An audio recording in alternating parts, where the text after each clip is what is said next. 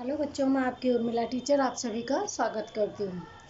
हम पढ़ रहे थे इको चैप्टर 8 जो हमारा कृषि का है। यह हम पढ़ चुके थे कि कृषि हमारे जीवन निर्वाह के लिए सबसे आवश्यक, यानी हम इसके बिना नहीं रह सकते। इसलिए हमारे लिए कृषि का योगदान काफ़ी महत्वपूर्ण होता है और भारत में भी कृषि जो है उसका सर्व ऊपर यानी अग्रसर स्थान पर कृषि के कारण भारत भी आगे है। और इसके द्वारा क्या क्या होता है ये सब हम पढ़ चुके हैं कि है ना, इसके ज़रिए हमें विदेशी मुद्राएं प्राप्त होती है। हम उनको जो भी वस्तु निर्यात करते हैं उनके द्वारा हमें उनकी जो वहाँ की जो चलती हुई है वो हमें पूंजी प्राप्त होती है यानी मुद्रा प्राप्त होती है। इसके द्वारा कृषि के द्वारा क्या क्या होता है कि हमें रोज़गार काफ़ी मात्रा में मिलता है, कच्चा माल काफ़ी मात्रा में मिलता है, जिससे औद्योगिक विकास भी बहुत ज़्यादा आगे की ओर बढ़ रहे हैं। यानी उद्योगों को भी कच्चे माल की सुविधाएं कृषि के द्वारा ही प्राप्त होती है। और अब हम पढ़ेंगे इसमें टेक्नोलॉजिकल परिबल, यानी टेक्नोलॉजिकल परिबल क्या होता है। यहाँ से आज हम शुरुआत कर रहे हैं पार्ट 4 चैप्टर 8 पार्ट 4।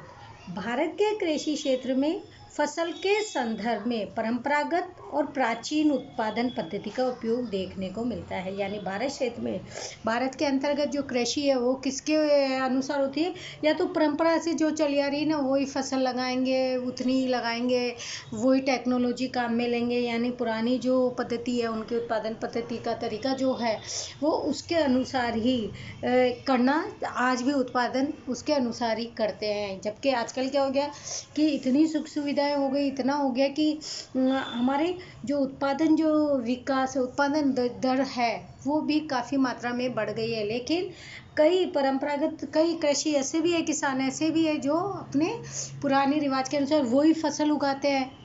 यानी ऐसा भी नहीं कि फसल का परिवर्तन करते हैं, फसल भी वही उगाते हैं और उतनी ना ही यंत्रों नवीनीकरण का शिक्षा का काम में लेते हैं, ना कोई उपजाऊ वगैरह या खाद वगैरह का लेते हैं। यानी अभी जो नई नई रासायनिक दवाइयाँ जो चल रही है, कीटनाशक, ना उनका इस्तेमाल करते हैं। वो क्या करते हैं, उनकी जो पुरानी जो परंपरा थी उत्पादन किस प्रकार से करते थे वो ही उत्पादन पद्धति वो आज भी उसके अनुसार ही उपयोग में लेते हैं। कृषि के अत्यंत पुराने उपकरण, प्राचीन विचारधाराएं, पद्धति इत्यादि कृषि को कमज़ोर बना दिया। अब ये जो पुराने हैं कृषि, अब वो बहुत पुराने हो गए। तो जो पहले के ट्रैक्टर से या हल से, बैलों से, इनसे करते थे, या फिर जो उनके पास जो पुराने जो भी उपकरण है, जो भी साधन है कृषि की उपज के लिए, फसल के लिए, तो वो क्या करते हैं किसान आज भी उन पुराने जो यंत्र है ना, पुरानी जो मशीन है ना, उन्हीं को काम में लेते हैं। और दूसरा वो जो उनकी विचारधारा भी उसके अनुसार ही है कि उनकी विचारधारा भी परिवर्तित नहीं, उनकी विचारधारा भी पुरानी ही है। यानी भाई साधन तो है ही ना, चल तो रहे ना, हमको तो अपनी जो फसल उपजाऊ करनी है वो फसल तो उगी रही है ना।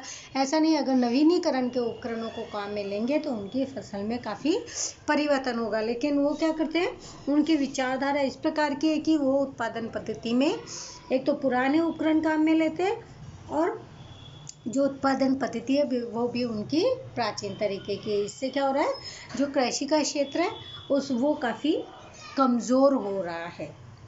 वर्तमान समय में भी भारतीय किसान ट्रैक्टर के बदले बैल और हल का उपयोग करते हुए दिखाई पड़ते हैं।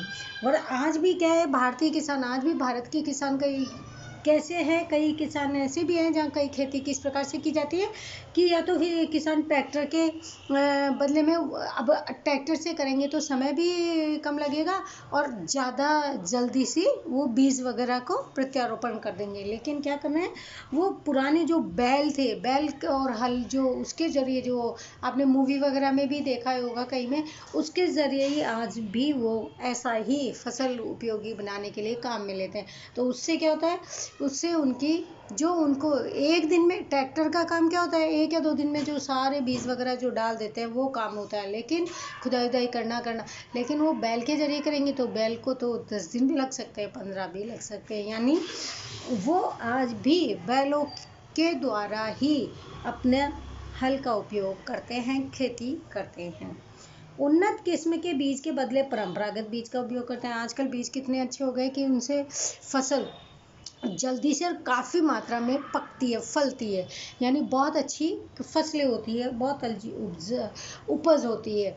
लेकिन वो क्या करते हैं, जो पुराने बीज वगैरह जो चलते हैं उसके अनुसार ही चलते हैं, तो फिर उससे क्या होता है, कृषि का जो क्षेत्र विकसित होने के बजाय सीमित ही रह जाता है, जो अत्यंत नीची उत्पादकता को, जिससे क्या होता है, जो पुराने बीज वगैरह किस्म के बीज है, एक तो क्या अच्छी क्वालिटी की चीज़ लो, वही हो गया ना। एक तो हम कंपनी की चीज़, मान लीजिए आप, एग्जांपल देके समझाती हूँ, मान लीजिए आप किसी कंपनी की, जैसे मॉल में जाते हो, कंपनी की चीज़ लेके आते हो, तो एक बार महंगी तो आएगी, वो बात सही, लेकिन वो आपके 2-4 साल पहले ख़राब भी नहीं होगी, टूटेगी फटेगी भी नहीं। जबकि हम जो ये लोकल चीज़ जो लेते हैं उसमें क्या होता है, उसमें 15 दिन की भी गारंटी नहीं होती, क्योंकि वो ख़राब हो जाती। तो ऐसे ऐसे कर करके हमें नुकसान ही हुआ ना, क्योंकि आप बार बार में फिर से लोगे, फिर वही लोकल चीज़ लोगे, ऐसे करते करते आपका क्या होगा कि जो क्वालिटी वाली जो चीज़ ले रहे हो उससे भी ज़्यादा पैसा भी लग जाएगा, और फिर भी आप उन्हें काम में अच्छे से नहीं ले सकते। उसी प्रकार से किसान लोग भी क्या करते हैं कि जो उन्नत किस्म के बीज तो काम में लेते नहीं है, जो पुराने जो बीज वगैरह जो चले आ रहे हैं वो ही बीज वगैरह काम में लेते हैं, जिससे क्या होता है, उनकी उत्पादन क्षमता जो होती है वो भी नीची ही रहती है।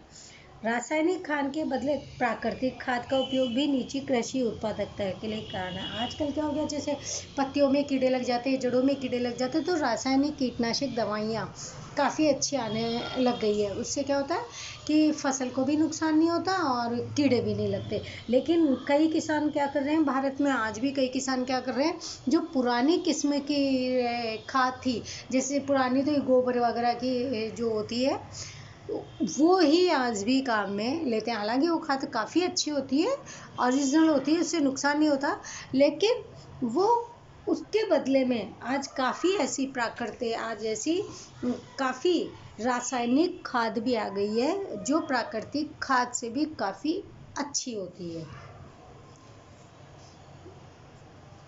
जिसके कारण क्या होता है, ये पुरानी जो रासायनिक प्राकृतिक खाद का ही उपयोग करते हैं, उससे क्या होता है, उत्पादक क्षमता उससे नीची रहती है, उसमें विकास नहीं हो पाता है। फसल सुरक्षा के लिए जंतुनाशक दवाइयाँ और नई पद्धति का उपयोग भारत का किसान बहुत कम प्रमाण में करता है।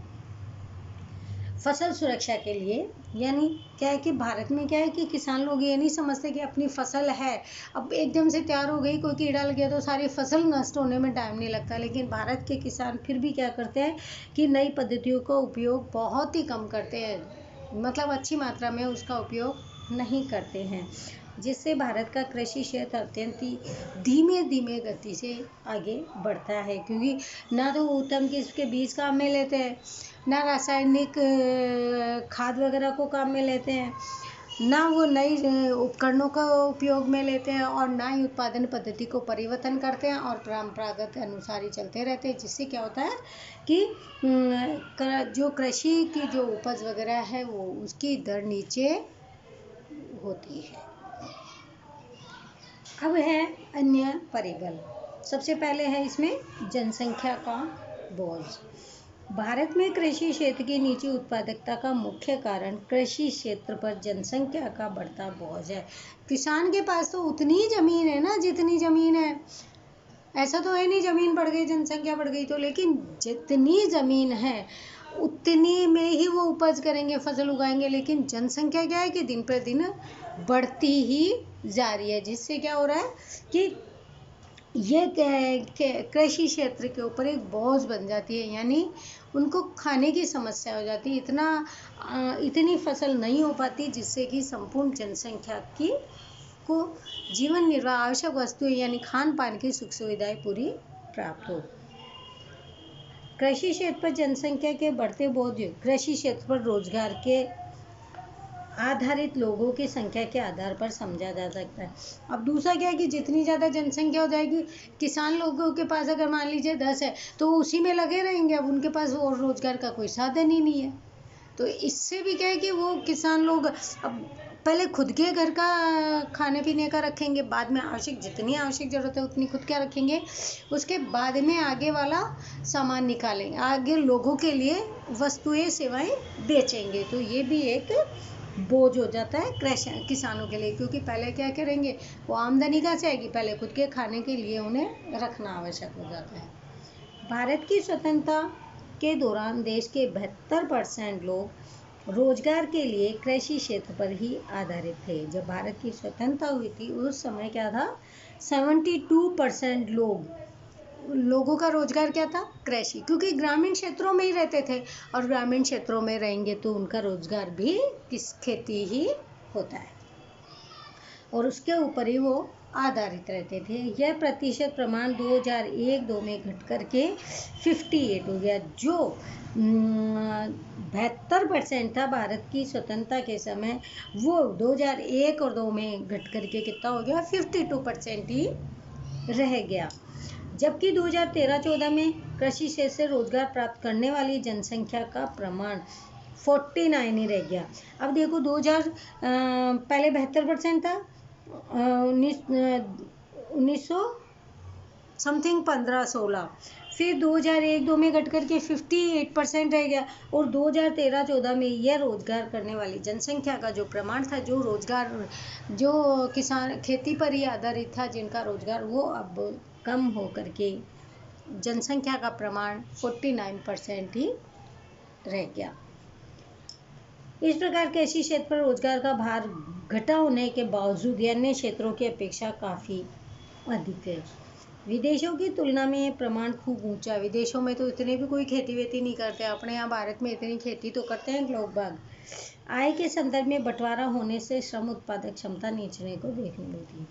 यानी यहाँ कृषि क्षेत्र में कुल उत्पादन का जो प्रमाण प्राप्त होता है उसे विशाल जन समुदाय के बीच उत्पादन और आय के संदर्भ में बंटवारा होने से श्रम को उत्पादकता अत्यंत नीचे देखने को मिलती है, क्योंकि जितने जो मतलब किसान लोग जो भी फसल का उत्पादन करते हैं वो भी वस्तु निर्यात की जाती है, उसके बदले में जो आय मिलती है, तो आय जो किसान के कृषक वगैरह जो श्रम करते हैं, जो मेहनत करते हैं, तो उनके पास उतनी नहीं आ पाती जितना कि वो उसके हकदार होते हैं।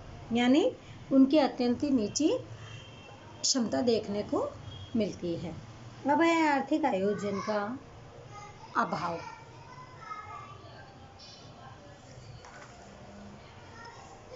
भारत सरकार ने प्रथम पंचवर्षीय योजना विशेष रूप से कृषि क्षेत्र के लिए ही बनाई थी, यानी किसानों के लिए ही ये योजना बनाई गई थी। किंतु द्वितीय पंचवर्षीय योजना 1956 से भारत का आर्थिक आयोजन उद्योग केंद्रित ही रहा है। यानी 1956 से जब भारत का आर्थिक आयोजन जब किया गया था कि भारत के लोग ज़्यादातर आर्थिक यानी किसके ऊपर निर्भर है, तो उनका केंद्र था सिर्फ उद्योग धंधे। भारत सरकार ने औद्योगिक क्षेत्र के विकास पर जितना प्रयत्न की समय और खर्च किया, यानी औद्योगिक क्षेत्र के लिए भारत सरकार ने क्या किया है कि उद्योग क्षेत्र का विकास किया जाए, उसको आगे की ओर बढ़ाया जाए, उसके लिए उन्होंने काफ़ी प्रयत्न किया, बहुत समय से प्रयत्न भी करते आ रहे हैं और प्रयत्न कर रहे हैं तो उसमें समय भी लग रहा है, समय के साथ साथ खर्च भी हो रहा है। उतना महत्व कृषि क्षेत्र को नहीं दिया जा रहा। औद्योगिक विकास को तो आगे बढ़ाया जा रहा है, लेकिन किसान को, जो कृषक है, जो खेती वगैरह करते हैं, उस क्षेत्र को आगे नहीं बढ़ाया जा रहा है इतना। सारांश में ऐसा कहा जा सकता है कि भारतीय कृषि क्षेत्र अनियमित और मंद गति से विकास करने वाला क्षेत्र होने के कारण सरकार भी कृषि क्षेत्र को अपेक्षित सहायता देने में असमर्थ रह रही है। अब भारतीय किसानों की जो खेती है, कई ऐसी भी जगह हैं जहाँ बारिश पर निर्भर होती है, कहीं सिंचाई के संपूर्ण साधन नहीं है, तो इसमें क्या हो रहा है कि ये सब चीज़ें अनियमित। अब इससे क्या होगा कि खेती जो है वो अनियमित हो जाएगी और धीरे गति से चलेगी। जब धीरे धीरे गति से खेती वगैरह चलती है तो इसमें क्या है कि सरकार क्या कर रही है किसानों को जो सहायता देनी चाहिए वो संपूर्ण मात्रा में नहीं दे रही, जिससे क्या होता है सहायता से क्योंकि वो दे ही नहीं पा रही, किस प्रकार से कितनी सहायता करे, कैसे करे, और करने के बावजूद भी लोगों को समझ नहीं आ रहा। अभी तो काफ़ी किसानों को देखो, मैं साल के 6,000 रुपये तो किसान जो भी हैं उनके अकाउंट में अपने मोदी जी की तरफ से, हमने जो PM मोदी है उनकी तरफ से उनके कोष में चले जाते हैं, यानी उनके अकाउंट में 6,000 रुपये साल के तो वो भी चले जाते हैं। और डायरेक्ट अभी भी जो वो बोल रहे हैं वो यही कह रहे हैं कि डायरेक्ट वो बीच के दलालों को देने की बजाय अपने सामानों को अगर सीधा मंडी में देंगे तो उन्हें प्रॉफिट होगा।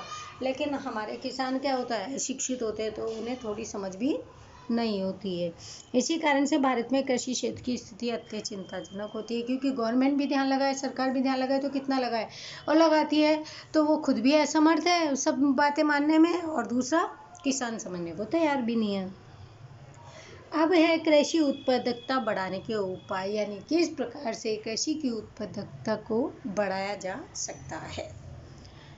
भारत में कृषि क्षेत्र की नीचे उत्पादकता, ये बोर्ड में 10 नंबर के इसमें से क्वेश्चंस आएंगे। भारत में कृषि क्षेत्र की नीचे उत्पादकता कृषि क्षेत्र के पिछड़ेपन को दर्शाता है। यानी नीचे उत्पादकता का मतलब क्या हुआ कि पिछड़ापन है। पिछड़ापन क्यों? जहाँ पुरानी रीति रिवाज से काम होता है, उन्नत बीज काम में नहीं लेते, पुराने यंत्रों को काम में लेते हैं, अशिक्षित है, रासायनिक खाद का उपयोग नहीं लेते, तो इसीलिए इसे क्या कहा है कि इससे क्या दर्शाया जाता है कि आज भी हमारे भारत में जो उत्पादकता है, जो कृषि की उत्पादकता है, वो काफ़ी पिछड़ेपन को दर्शाती है, यानी फिर भी बहुत पीछे है। नई नई टेक्नोलॉजी, नए उत्तर किस्म के बीज वगैरह, रासायनिक खाद वगैरह, यंत्रीकरण सब चीज़ होने के बावजूद भी कृषि क्षेत्र भारत का मुख्य व्यवसाय और अर्थतंत्र का मुख्य आधार स्तंभ होने के कारण उसमें सुधार अत्यंत आवश्यक है। ये बात सही है, कृषि क्षेत्र भारत का सबसे मुख्य व्यवसाय है, क्योंकि इसके द्वारा जो हमारी कई वस्तुएं ऐसी है जो विदेशों में निर्यात की जाती है, उसके बदले में हमें इनकम मिलती है, वहाँ की पूंजी प्राप्त होती है, वहाँ की मुद्रा प्राप्त होती है। लेकिन तो ये हमारे लिए एक अच्छी बात है, बट इसमें क्या है, लेकिन इसमें क्या है, अर्थतंत्र का ये आधार स्तंभ भी है हमारा। आधार किस पे? जिस पे हमारी कृषि है, कृषि टिकी हुई है, उसे आधार स्तंभ कहते हैं। क्यों कहते हैं? क्योंकि यह हमारा सबसे महत्वपूर्ण जो हमारी जीवनचर्या के लिए चाहिए वो होता है हमारा कृषि, क्योंकि इससे दवाइयाँ, खाना पीना, फल फ्रूट, कच्चा माल, ये सब हमें किसानों के जरिए ही प्राप्त होता है। इसीलिए इसमें सुधार करना बहुत आवश्यक है। इसके अतिरिक्त कृषि क्षेत्र में उत्पादकता में बढ़ोतरी करने से ग्रामीण अत्यंत ही आय में बढ़ोतरी होगी। यानी ग्रामीणों की जो अर्थतंत्र है, अगर किसानों के द्वारा अगर खेती की उत्पादकता में वृद्धि होगी तो उससे क्या होगा, किसानों की भी आय में बढ़ोतरी होगी, यानी उनका अर्थतंत्र जो है, उनकी आर्थिक स्थिति है, उसमें भी परिवर्तन होगा। तो उद्योग और सेवा तंत्र के विकास को भी बल मिलेगा। इससे क्या होगा, ग्रामीणों को तो आय बढ़ेगी, इनकम बढ़ेगी, लेकिन साथ में जो उद्योग है, जो सेवा क्षेत्र है, इनके विकास को भी बल मिलेगा, यानी ये भी अत्यधिक विकास कर पाएंगे, आगे बढ़ पाएंगे। इसके अतिरिक्त रोजगार, शहरीकरण, स्थानांतरण, आय की असमानता जैसी तमाम समस्याओं का निराकरण भी संभव हो जाएगा। यानी इसके अलावा भी ये विकास तो होगा ही, उद्योग धंधे में, सेवा क्षेत्र में, ग्रामीणों की आय में, ये तो सब होगा ही। इसके साथ ही जो लोग रोजगार के लिए शहरों में स्थानांतरण करते हैं, क्योंकि वो क्या करते हैं, अब इधर उधर जाते करते हैं शहरीकरण के लिए, रोजगार के लिए, आय की असमानता, क्योंकि लोगों में इनकम भी है तो सही बरोबर नहीं है, तो ये जो तमाम समस्या है, ये काफ़ी सारी जो लोग शहरीकरण की ओर क्यों जा रहे हैं, क्योंकि वो जितनी मेहनत कर रहे हैं उनको उनके अनुसार उनको पैसा नहीं मिल पाता, इसीलिए वो शहर की ओर स्थानांतरण कर जाते हैं, क्योंकि आय तो सबको ही चाहिए और आय की असमानता भी होती है। तो इन सब समस्याओं का निराकरण भी संभव हो जाएगा, यानी इन्हें भी दूर किया जा सकता है। कृषि क्षेत्र में उत्पादकता बढ़ाने के उपाय नीचे दर्शाए हैं। 3 पॉइंट है इसमें: संस्थाकीय सुधार, टेक्नोलॉजिकल सुधार और अन्य। सबसे पहले हम पढ़ेंगे संस्थाकीय सुधार। इसमें कृषि क्षेत्र में कृषि उत्पादकता में बढ़ोतरी करने के लिए भारत में आर्थिक आयोजन के माध्यम से संस्थाकीय सुधार की प्रक्रिया शुरू की गई है। यानी आयोजन बना करके जो उनकी उत्पादकता, उन्हें समझाया गया है कृषि उत्पादकता में बढ़ोतरी किस प्रकार से करनी है, इसका आयोजन यानी प्री प्लानिंग बनाई गई है। उसके द्वारा जो सुधार किए जा सकते हैं वो किए जाते हैं, जो कृषि क्षेत्र की आर्थिक प्रगति के लिए सानुकूल वातावरण का निर्माण करे। उससे क्या होगा, आने वाला जो हम आयोजन बना करके अगर हम काम करते हैं तो वो उससे क्या होगा कि जो वातावरण है, जो आर्थिक प्रगति है किसानों की, वो भी आगे की ओर बढ़ेगी। यानी वातावरण कैसा हो जाएगा, विकास करने की ओर हो जाएगा। अब इसमें है संस्था के सुधार में पहला है जमीन विषयक सुधार।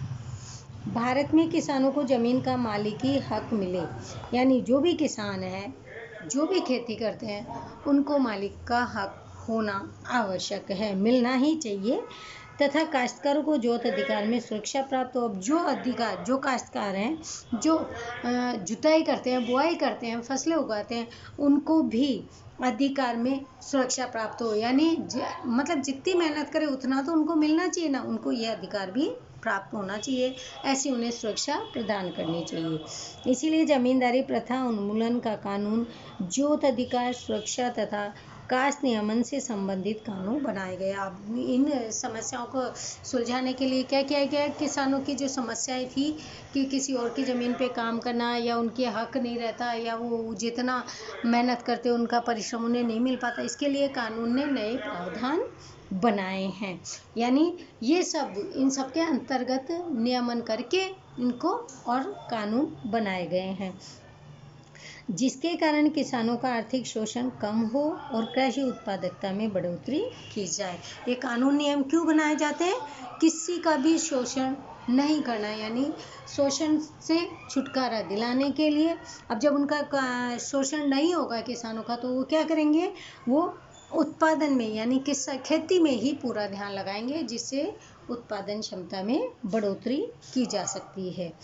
ऐसी सानुकूल परिस्थितियों का निर्माण होने से किसान कृषि उत्पादकता बढ़ाने के लिए प्रयत्नशील रहेंगे। अब जब उनका शोषण नहीं होगा तो वो भी एक उमंग से, उत्साह से काम करेंगे। मतलब मेहनत कब की जाती है, जब हमारे ऊपर प्रेशर नहीं रहता, यानी फ्री होके, स्वतंत्र होके जब कोई काम करता है तब ही काम अच्छे हो पाता है। इसीलिए ऐसी परिस्थितियों का निर्माण होने से किसान क्या करेंगे, फिर मतलब ज़्यादा कृषि उत्पादकता ज़्यादा बढ़ाने के लिए वो मेहनत करेंगे, प्रयत्न करेंगे, जिससे कृषि उत्पादकता में बढ़ोतरी की जा सकती है। यानी कुल मिला के क्या करना है कि जो भी इनका शोषण किया जाता है, जिस प्रकार से जमीन वसूली का, परिश्रम का, तो उनके लिए कानून बनाए गए हैं ताकि इनकी सुरक्षा, इन्हें सुरक्षा प्रदान की जाए, जिससे उनका शोषण भी नहीं हो और पूरा ध्यान उत्पादकता बढ़ाने में किया जा सके। दूसरा है संस्था के ऋण की प्राप्ति। ये संस्था के सुधार के अंतर्गत ये भारत में कृषि क्षेत्र तक ऋण एवं अन्य वित्तीय सहायता उपलब्ध हो। यानी कृषि क्षेत्रों को क्या है कि पैसों की आवश्यकता तो होती है, खेती करे तो उनको वो सहायता भी उपलब्ध होनी चाहिए और उन्हें ब्याज से पैसे देने की सुविधाएं भी होनी आवश्यक है। इस उद्देश्य से वर्ष 1969 और 1980 में बैंकों के राष्ट्रीयकरण की प्रक्रिया भी शुरू की गई। बैंकों के राष्ट्रीयकरण की प्रक्रिया शुरू की गई क्योंकि बैंकों के माध्यम से किसानों को जो ऋण दिया जाता है उनकी ब्याज दर कम होती है और उन्हें वित्तीय सहायता प्रदान कर दी जाती है। इसके अतिरिक्त कृषि ऋण पर पर्याप्त ध्यान देने के लिए मात्र कृषि क्षेत्र के विकास को ध्यान में रखकर मध्यस्थ बैंक की निगरानी में NABARD यानी national bank for agriculture and rural development की स्थापना 1982 में की गई है। अंडरलाइन कर लो, और ये शॉर्ट फॉर्म है, वो भी याद करनी है। इसमें क्या है, इसके अतिरिक्त कृषि ऋण पर पर्याप्त ध्यान देने के लिए सिर्फ यानी पूरा विकास उस पर किया जाए, इसके लिए जो बैंक, ये नेशनल जो बैंक है वो ध्यान में रख करके और इनकी स्थापना की गई। किसको ध्यान में रख करके? किसानों को ध्यान में रख करके बैंक की स्थापना की गई 1982 में। इसके अतिरिक्त आरआरबी यानी रीजनल रूरल बैंक, ये प्रादेशिक ग्रामीण बैंक और एलडीबीएस समय पर यानी लैंड डेवलपमेंट बैंक, भूमि विकास बैंकों का विकास भी किया गया। यानी ये इस प्रकार से तीनों बैंकों का जो विकास किस लिए किया गया? कृषि के सहायता के लिए, कि किसान लोगों को वित्तीय सुविधा भी प्राप्त हो, ऋण की सुविधा भी प्राप्त हो, और जो जमीन से संबंधित जो समस्या है उनकी समस्याओं को भी दूर किया जा सके, जिससे भारतीय किसानों को समय पर प्राप्त और नीची ब्याज दर पर ऋण प्राप्त हो सके। ये बैंकों का माध्यम भी यही था कि हर किसान को जिन्हें ज़रूरत है पैसे की, उन्हें कम से कम ब्याज पर ऋण की सुविधाएं उपलब्ध कराई जाए। इस प्रकार अत्यंत सरलता से कृषि कार्य हेतु पर्याप्त और नीची ब्याज दर पर ऋण उपलब्ध होने से वे अधिक कृषि उत्पादकता प्राप्त करने में सक्षम होंगे। अब जब ब्याज दर, पहले क्या था गाँव में बिचौलियों मतलब जो जमींदार वगैरह थे उनसे जब पैसे लेते थे तो वो ब्याज भी ज़्यादा लेते थे, और फिर है ना लिखा पढ़ी को भी काटा पिटा करके और बेईमानी करके, यानी वो मजदूर किसानों का शोषण करके और ज़्यादा से ज़्यादा उनसे पैसे लेते थे, तो वो हताश रहते थे। इसीलिए क्या किया गया कि बैंकों ने, गवर्नमेंट ने, सरकार ने क्या किया गया? सरकार ने बैंकों का निर्माण किया, बैंकों की स्थापना की, जिससे कि किसानों को एक तो कम ब्याज दर पर ऋण दिया जाएगा और उन्हें जिस भी समस्याओं का उनके पास, जिससे क्या होगा, उनके पास जब कम ब्याज दर में जब पैसे आएंगे किसानों के पास, तो वो उसमें लगा करके और उत्पादकता करने में, यानी उत्पादकता के विकास को बढ़ाने में पूरा ध्यान लगाएंगे। अब है कृषि उत्पाद की विक्रय व्यवस्था में सुधार। कृषि पैदाश का विक्रय व्यवस्था में रही हुई कमियों को दूर करने के लिए बुनियादी कदम उठाएं, यानी जो भी उत्पादन कर रहे हैं या कोई कमियां रह गई है उनको दूर किस प्रकार से किया जाए। पहला है नियंत्रित बाजारों की स्थापना की गई। सबसे पहले तो क्या किया गया? बाजार बनाए गए, क्योंकि जब कोई किसान, यानी मंडी जिसे हम कहते हैं, किसान लोगों के लिए जो वहाँ खेतों से ला करके अपने सामान को बेच सके, उसके लिए एक नियंत्रित बाजार की स्थापना की गई। दूसरा है कृषि उत्पादन की गुणवत्ता के अनुसार उसका योग्य वर्गीकरण करने के लिए एगमार्क यानी कंपनी का जो निशान होता है, प्रथा शुरू की गई। एगमार्क यानी एग्रीकल्चर मार्केटिंग प्रथा भी शुरू की गई, जिससे कि ये चीज़ें एग्रीकल्चर मार्केटिंग यानी जो बाजारी है, जो किसानों की बाजार की जो सेवा है वो एक निशान के ज़रिए की गई, यानी ये शुरू की गई थी प्रथा। तीसरा है किसान कृषि उत्पादन का संग्रह कर सके, यानी जो भी वस्तुएं किसान लोग जो भी खेती करे उनको इकट्ठी भी कर सके, यानी कहीं तो रखने की सुविधा हो, तो उनके लिए वो सुविधा भी की गई। इस उद्देश्य से राष्ट्रीय गोदाम निगम और राज्य गोदाम निगम की स्थापना की गई। अब किसान कहाँ रखेंगे? घर तो सबके छोटे छोटे होते हैं, घरों में तो रख नहीं सकते, इसीलिए गवर्नमेंट ने उनके लिए गोदामों की व्यवस्था की गई, ताकि अब वो गोदाम गवर्नमेंट ऐसे नहीं देती है, उसके बदले में कुछ पैसे उनके लेती है किराए के रूप में, लेकिन उनको सुविधा तो मिल गई ना, बारिश आएगी या कोई आग वगैरह से या किसी भी प्रकार से नुकसान होने की संभावना उन्हें नहीं रहेगी, यानी वो निश्चिंत हो गए किसान लोग कि कुछ पैसों में ही अपने जो भी सामान है, जो भी उपज है, वो वहाँ के गोदामों में रख सकते हैं। फोर्थ पॉइंट है कृषि पैदाइश की भाव की जानकारी किसानों तक पहुंच सके, ऐसी व्यवस्था का निर्माण भी किया गया। यानी किसानों की जो भी जिस प्रकार की भी जो फसल की पैदाइश की है, उत्पादक किया है, उसका बाजार रेट क्या चल रहा है, उनकी भी उन्हें जानकारी दी गई। ऐसी व्यवस्था का निर्माण भी किया गया। पांचवा है किसानों को बाजार भाव के परिवर्तनों से सुरक्षित करने के उद्देश्य से न्यूनतम समर्थन मूल्य सरकार के द्वारा निर्धारित किया गया। यानी पहले क्या था, मनमर्जी से जो जमींदार वगैरह होते थे वो मनमर्जी से उनसे पैसे ले लेते थे, लेकिन अब क्या हो गया कि किसानों को उनके अनुसार, यानी एक गवर्नमेंट एक फिक्स रेट कर देती है, उसके अनुसार फिर उन्हें दे दिया जाता है। अब है कृषि संशोधन। भारतीय किसान अशिक्षित होने तथा आर्थिक रूप से कमजोर होने के कारण कई कृषि संशोधन स्वयं करने में वे असक्षम होते हैं। यानी नई नई कृषि की खोजबीन करने में कि किस प्रकार से फसलों को और अच्छी बनाया जाए, उसमें वो असक्षम होते हैं और नहीं कर पाते। उसका कारण होता है कि वो आर्थिक रूप से कमज़ोर होते हैं और अशिक्षित होते हैं, यानी वो इतने पढ़े लिखे नहीं होते। इसीलिए जिम्मेदारी NABARD को सौंपी गई है, यानी ये सारी जिम्मेदारी बैंकों को, जो संस्था है, गोदाम संस्था है, उनको सौंप दी गई थी, जो विविध प्रकार के कृषि संशोधन करती है, यानी वो कृषि के संशोधन की संपूर्ण जानकारी देती है। इससे संबंधित तालीम और समझ किसानों को उपलब्ध करवाती है। यानी तालीम यानी उनको ये सब चीज़ों की जानकारी उन्हें बताई जाती है कि किस प्रकार से खेती करने से आपकी और अधिक जो खेती है बढ़ सकती है। किंतु बाजार में जिससे किसान केवल परंपरागत खेती न करें, यानी पुरानी जो पीढ़ी से जो चलती आ रही है वो उसके अनुसार नहीं करें, बल्कि अब जो उन्हें तालीम दी जा रही है नई उत्पादकता की, उसके अनुसार करें। किंतु बाजार में जिन चीज़ वस्तुओं की मांग अधिक हो, उससे संबंधित फसल लगाने से अधिक आय प्राप्त करें। उन्हें इस प्रकार से भी समझाया जाता है कि जो भी चीज़ वस्तु है, उनके अगर बाजार में मांग अधिक हो रही है, डिमांड अधिक हो रही है, तो ऐसी वस्तुओं की उत्पादकता यानी ऐसी फसलों को ही ज़्यादा उगाया जाए जिससे उनकी आमदनी बढ़ सकती है।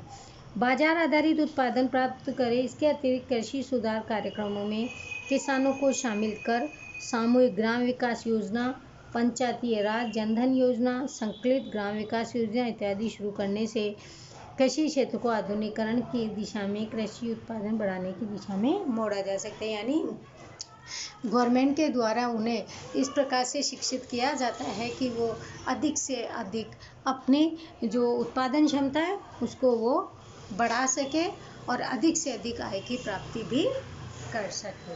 तो आज का लेक्चर हम यहीं पे रोकते हैं, आगे का कंटिन्यू हम कल करेंगे। थैंक यू एवरीवन, बाय बच्चों। मैं यही कह रही हूँ फिर से कि कृषि का जो चैप्टर है काफ़ी इम्पोर्टेंट चैप्टर है और ये 10 मार्क्स का आएगा, तो आप इन्हें अधिक से अधिक ध्यान लगा करके इन्हें आप लोगों को करना है। थैंक यू एवरीवन, बाय बच्चों।